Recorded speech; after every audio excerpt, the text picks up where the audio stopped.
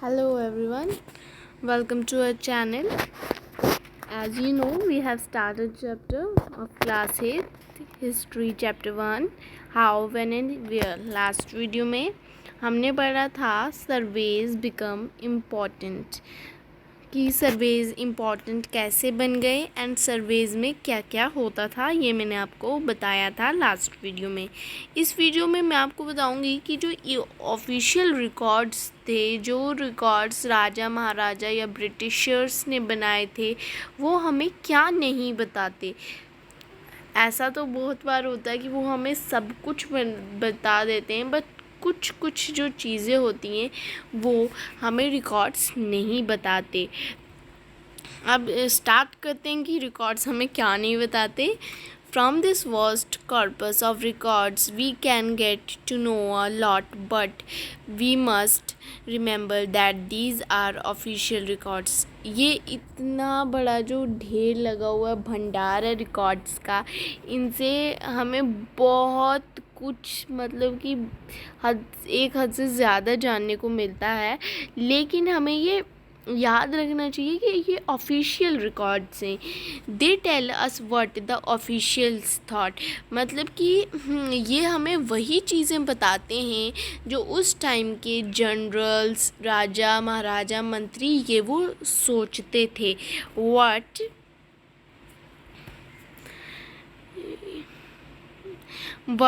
They were interested in, मतलब कि वो किस चीज़ में इंटरेस्टेड थे वही बताते हैं official records. What they wish to preserve for posterity, मतलब कि वो अपने लिए क्या क्या प्रिजर्व करना चाहते थे, उन्होंने अपने सब्जेक्ट्स, अपनी प्रजा के लिए क्या क्या प्रिजर्व करना चाहते थे। These records do not always help us understand what other people in the country felt and what lay behind their actions. ये रिकॉर्ड्स हमें हमेशा हेल्प नहीं करते हैं कि हमें समझ आ सके कि मतलब कि ये रिकॉर्ड्स हमें ये नहीं बताते कि जो कंट्री के सब्जेक्ट्स थे, जो इन ब्रिटिशर्स के सब्जेक्ट्स थे, मतलब कि जो प्रजा थी, इंडियंस थे, वो क्या फील करते थे, उनका ओपिनियन क्या होता था, ये ऑफिशियल रिकॉर्ड्स नहीं बताते थे। और उनके जो एक्शंस लिए जाते थे, उनके बारे में सब्जेक्ट्स का क्या मानना था, वो भी नहीं बताते हैं। For that we need to look elsewhere, हमें इस चीज़ को जानने के लिए कि सब्जेक्ट्स क्या सोचते थे, हमें और भी जगहें देखनी पड़ती हैं, मतलब कि कहीं जगह जाके नहीं देखना पड़ता है, मतलब कि रिकॉर्ड्स के अलावा भी जो भी चीज़ें हमें मिलती हैं उन्हें भी हमें देखना पड़ेगा। When we begin to search for these other sources, we find them in plenty, though they are more difficult to get than official records. जब हम शुरुआत करते हैं कि और भी कोई सोर्स हमें मिल सके, हम उनको बहुत मतलब कि बहुत ज़्यादा मात्रा में फाउंड कर सकते हैं दो, लेकिन ये बात है कि उन ऑफिशियल रिकॉर्ड्स के साथ अगर हम कंपेयर करें तो उनको फाइंड करना बहुत ही डिफ़िकल्ट है। We have diaries of peoples, हमारे पास पीपल जो डायरी लिखते हैं ना, आई थिंक आप में से भी कोई लिखता होगा डायरीज़ की मैंने आज क्या किया, उनकी डायरीज़ थी पीपल की। फिर अकाउंट्स, मतलब कि कितने पिलग्रिम्स जाते थे तीर्थ यात्रा, इनके अकाउंट्स हैं।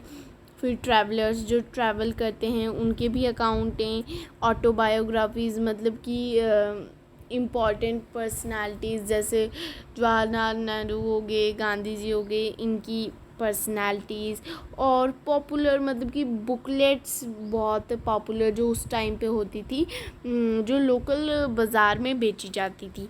एज प्रिंटिंग स्प्रेड, जैसे कि मतलब कि प्रिंटिंग का प्रचलन आया, प्रिंटिंग आई, उससे पहले तो लिखते थे ना, उसके बाद जब प्रिंटिंग आई तो जो न्यूज़पेपर्स हैं उनको पब्लिश किया जाने लगा और issues were debated in public, और जो इश्यूज़ हैं उनको पब्लिक में डिबेट किया जाने लगा, उन पर बहस होती थी। Leaders and reformers wrote to spread their ideas. जो लीडर्स और रिफॉर्मर्स थे वो लिखते थे, मतलब कि कुछ भी, जैसे कि अपने आइडियाज़ को एक चीज़ में लिख के अपनी आइडियाज़ को स्प्रेड करते थे। पोइट्स और नॉवलिस्ट जो थे वो अपने जो फीलिंग्स थे उनको एक्सप्रेस करते थे, उनको लिख के। मतलब कि जितने भी पोइट्स, मैं आपको पोइट्स का एग्जांपल देती हूँ। जैसे कि पोइट्स लिखते हैं ना अपनी पोएम, तो उसमें वो बताते हैं कि उस टाइम पे जब उन्होंने वो लिखी होगी पोएम, तो उनके दिमाग में क्या चल रहा होगा, ये हमें उस तरह से पता चलता है। All these sources, however, were produced by those who were literate.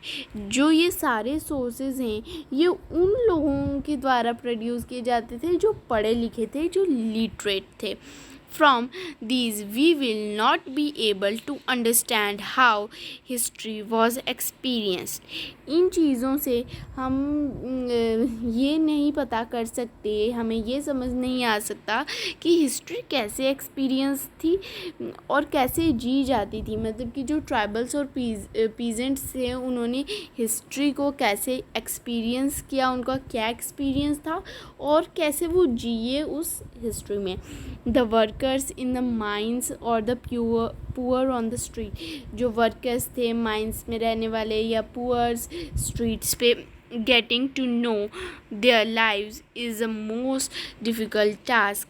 उनकी लाइफ्स के बारे में जानने के लिए ये बहुत ही मुश्किल काम है। Yet this can be done if we make a little bit of effort. हाँ, लेकिन ये हो सकता है अगर हम थोड़ा सा एफर्ट करें। When you read this book you will see how this can be done. जब हम ये बुक पढ़ेंगे ना तब हमें पता चल जाएगा कि ये हम कैसे कर सकते हैं।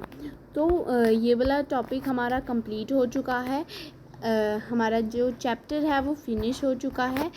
तो आई होप कि आपको ये अच्छी तरह से समझ आया होगा एंड आप इस चैप्टर को पढ़ के अच्छी तरह से क्वेश्चन आंसर्स जो हैं वो सॉल्व कर सकते हैं। एक बार मैं फर्स्ट क्वेश्चन पढ़ के आपको बता देती हूँ, और अगर आपको आता हुआ तो बहुत अच्छी बात है। अगर नहीं आता हुआ तो आप एक बार फिर से वीडियोस देख सकते हैं एंड आपको अच्छी तरह से एक्सपीरियंस हो जाएगा कि मैंने आपको क्या एक्सप्लेन किया। जेम्स मिल divided Indian history into 3 periods. मतलब कि जेम्स मिल ने 3 पीरियड्स में इंडियन हिस्ट्री को डिवाइड किया था, हिंदू, मुस्लिम, क्रिश्चियन। अब आप ही बताइए ये ट्रू है या फॉल्स। अब में से बहुत से लोग बच्चों को ये हो रहा होगा कि क्रिश्चियन है, उन्होंने तो ब्रिटेन बताया था, ब्रिटिश सॉरी, लेकिन Christian and British is same, so you can do this true. Official documents help us understand what the people of the country think. जो ऑफिशियल डॉक्यूमेंट्स हैं वो हमें ये बताते हैं कि जो सब्जेक्ट्स थे कंट्री के वो क्या सोचते थे। नो, ये हमने अभी बताया, ये वो नहीं बताते, वो यही बताते हैं कि जो उस टाइम के जनरल्स थे वो क्या सोचते थे। So this is false. The British thought surveys were important for effective administration. This is true because वो surveys ही करते थे पहले ताकि वो अच्छी तरह से एक country पे राज कर सकें। तो आई थिंक आपको बहुत अच्छी तरह से ये चैप्टर समझ आ गया होगा। सो अगर आपको ये वीडियो अच्छा लगा हो और समझ आया हो तो इस वीडियो को लाइक करें, चैनल को सब्सक्राइब करें और अपने दोस्तों के साथ शेयर करना ना भूलें। Thank you.